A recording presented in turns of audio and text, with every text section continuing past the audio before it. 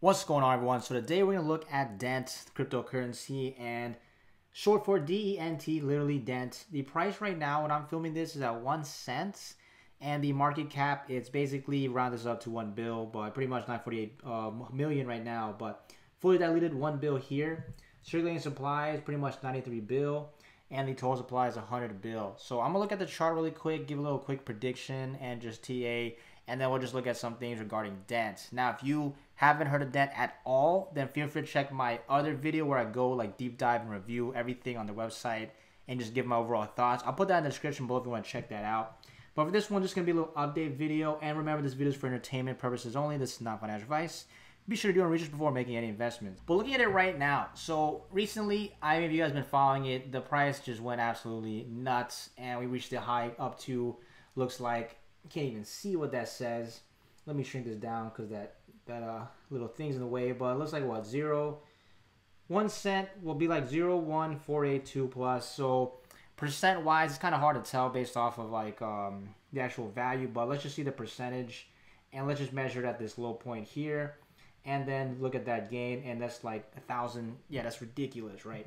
So obviously, things don't just go up forever. They continue to go up, but then eventually it's going to fall back down. We see that it did sell off, and it hit the lows, it looks like, at pretty much 0.009. So percent dip from that is basically, looks like around 38% dip. Not too crazy, but right now, just looking at the current chart, it's not too much we can really work with. But if we were to just look at this on the 1 hour, and I'm also using Tether, and then for the pairing, and I'm using HIT BTC for the exchange. So if you change it to like Bitcoin or some other exchange, the chart might look slightly different, but it's almost the same. Now, looking at this right now, so from what I can see is we did dip below the 50 EMA. And again, this is still short term. Like, this is only like a day plus of data. So in terms of like, I say maybe a few months of time, this chart could look completely different. But I'm actually going to show you guys something interesting too, regarding the historical view of Dent 2 as well, which I'll show you after I just look at this current time frame right now and see if we can see that we dip below the 50 EMA. So it's really, there's not enough days, I'd say, to give you a confirmation yet, but at least just to say right now, it's currently trending down towards the, looks like we do have some support around this area. And, you know, I can't really put the number because like 0.09, but in terms of like a percent that it could dip below to, I mean, you're looking at like maybe a 7, and if at worst, we could see like 11% dip, and that's assuming it hits these support levels here. And I'm using these tips of these candlesticks right now just to measure that. Now, if this were to just downtrend even further, then obviously there's really nothing stopping it. There's maybe some support in this area, but for the most part, there's not enough data, I'd say, right now for that to happen. If Bitcoin were to crash somehow or drop significantly, and all the other cryptocurrencies decide to tank, then unless Dent has some crazy news, then I would not be surprised if it drops too. But short term, I don't see this doing too much. Looking at the RSI, I mean, we're getting closer towards maybe the oversold territory. But again, it's still such a short time frame from since it went up literally 1,000+% to give any real predictions in terms of like what's really going to happen. So until we see some more data, then again, we'll figure it out. But right now, there's not much to consider it, whether it's officially downtrending or uptrending. But at least right here, this is what we have so far. So it's pretty much hovering around the 50 EMA, and it's not much actions going on right now. So if you were to look at this comparing to like Dent's news and what they're doing, then it pretty much resembles in the chart, right? Not much is happening, at least right now. Maybe in the next month something happens, or next week, but we'll have to wait and see. But this is what's cool to show you guys. So here I'm using CoinMarketCap, and right here is all. And I noticed one thing before I get into this, a lot of people asking like, where can you trade this?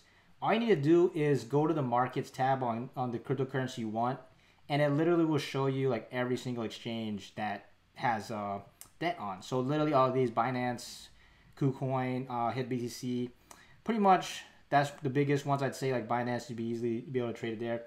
But here, like, so check this out. So if you were just to look at this current spike, and notice how like it's barely dipped, right? Obviously it's such a small viewpoint, but like the dip is micro. Now, if you were to compare this to the time when it skyrocketed and just went absolutely insane, like look at this jump. I'm not going to try to hover over it because it's going to be hard to see, but basically, I'll put my mouse like, I don't even know how to show this properly, but you can see here that it went up, spiked, dipped, then spiked up again, then a little bigger dip here, and spiked up even crazy, and then just made this massive sell-off. So do I think this is going to happen again with Dent? So again, this is a crypto space. Anything could happen. But I honestly think I don't see this happening again, at least this fashion. Because if you guys have been following the crypto market back in 2017, Bitcoin, this is when Bitcoin went absolutely nuclear. And this was when it went December month and basically surpassed 20K all-time highs. And back then, I'm sure if you guys had your parents, your friends talking about Bitcoin, even the cab drivers, that was an insane time frame. So I was following this way back. And it obviously correlated with Bitcoin going crazy, and this followed suit. So the hype in terms of Bitcoin today, it's much more, I'd say, settled.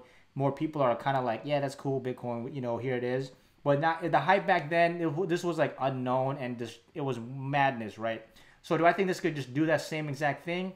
Personally, I don't see that happening. I see it being much more, I'd say, I see it being much more steady and slow. Now, I could be 100% wrong. Then, you know, next thing you know it, the same thing in Q4 of this year. Bitcoin goes crazy, hits 100K, and then next thing you know, the cryptos go crazy. Sure, that could happen again. But at least right now, it seems like a lot more big companies are adopting it. And it seems like it's more of a transition in the views of how they see it. Versus back then, people were like, oh, calling it a scam and just like a pump and dump and all that stuff. But here it seems like this is much more steady. So that's just something I want to just leave a little comment on. Do I think it's going to go crazy like that?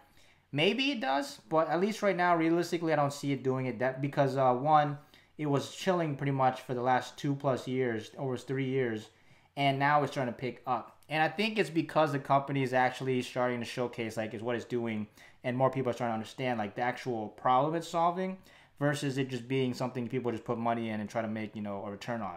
But now let's just talk about over the charts and like my quick opinions on that. Again, that's my own opinion. They could be 100% wrong. Dent goes crazy tomorrow. Who knows, right? This is the crypto space, but realistically, I feel like it's going to be much slower. And right now, let's look at the roadmap. So I always like to look at roadmaps on cryptocurrencies because one, it kind of gives you an idea of what's really going to go on the next few months, and two, it can give you a measure if they're actually on track or if they're just like slacking, messing around. So here it states pretty much for the beginning of 2021, and this is for the first half. So one is going to enable Dent's eSIMs for Windows 10 tablets and laptops.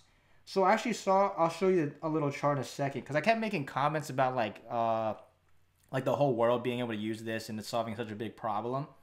But like I didn't realize that the only phones that could use it were like more of the premium, you know, the latest models, and not many countries can afford that. So I'll show that in a second. But if they can get this on more computers, that's going to be a big deal. That's something too that's interesting. And then also they got some more things regarding the eSIM. Also, the major update on the DENT exchange, so you can actually enable a new kind of trading experience for the mobile assets. And there's a bunch of new stuff here, and I'm not going to go through every single thing, but for instance, like this one, launch eSIM promotion on Facebook, Snapchat, Instagram, Twitter, so basically just marketing. And then also there's some additional stuff here. 20 more countries in the global pack. So this is big, seeing expansion with more countries, aka more users, aka more adoption, which in results, cryptocurrencies that actually are getting used today, getting adopted, and having some sort of use case, those are the ones that end up doing really well versus something that's kind of like a hypothetical project that they just put blockchain on it and crypto and slap those keywords on it. And at the end of the day, they're kind of useless.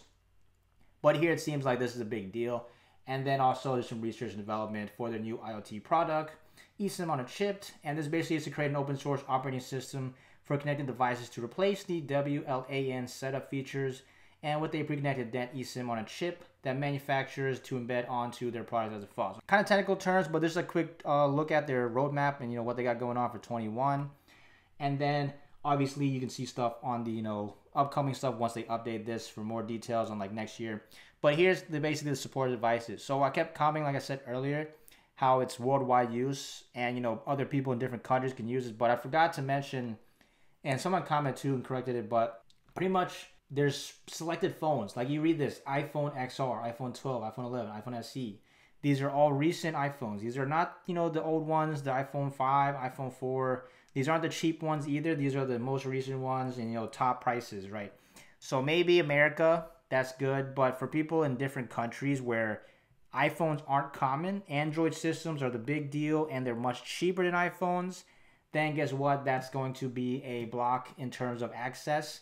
Because of the country, for instance, that's major, but it doesn't have the latest iPhone, right? Like iPhone 8 or iPhone 6, then they don't have the ability with this. Now, this little quote, they said, eSIM iPhone is not offered in China mainland, in Hong Kong and Macau only.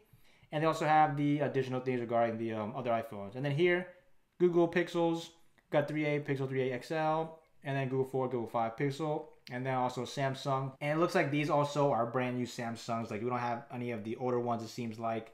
I don't know too much about these other Samsung Galaxy, but I can see here, like, S21 plus 5G, that looks like the newer versions. The Huawei's, we don't even have Huawei's in America, so I can't even comment on that. But based on what I've seen, it seems like that's also recent ones. 2019 Motorola tablets we got.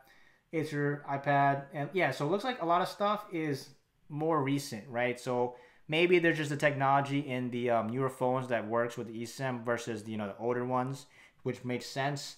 But I guess that definitely conflicts with the comment I mentioned about global access. Because technically, yeah, it's worldwide, but if they don't have the phone that can use it, then that's going to be an issue. So maybe they can fix that or make the access easier. Then yeah, we could see that even better in terms of the projections and what it could do. But short term, that's just like a quick little overview on DENT, and just want to share my thoughts on that. And also, if you guys want to see the full review I did on DENT and just going over their website and what they really are doing and my thoughts on that, feel free to check out the link in the description below.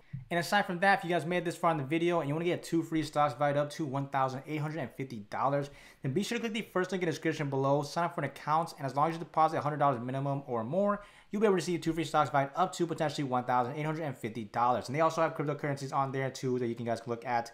And aside from that, be sure to hit that subscribe button, smash the like, and I'll see you in the next video.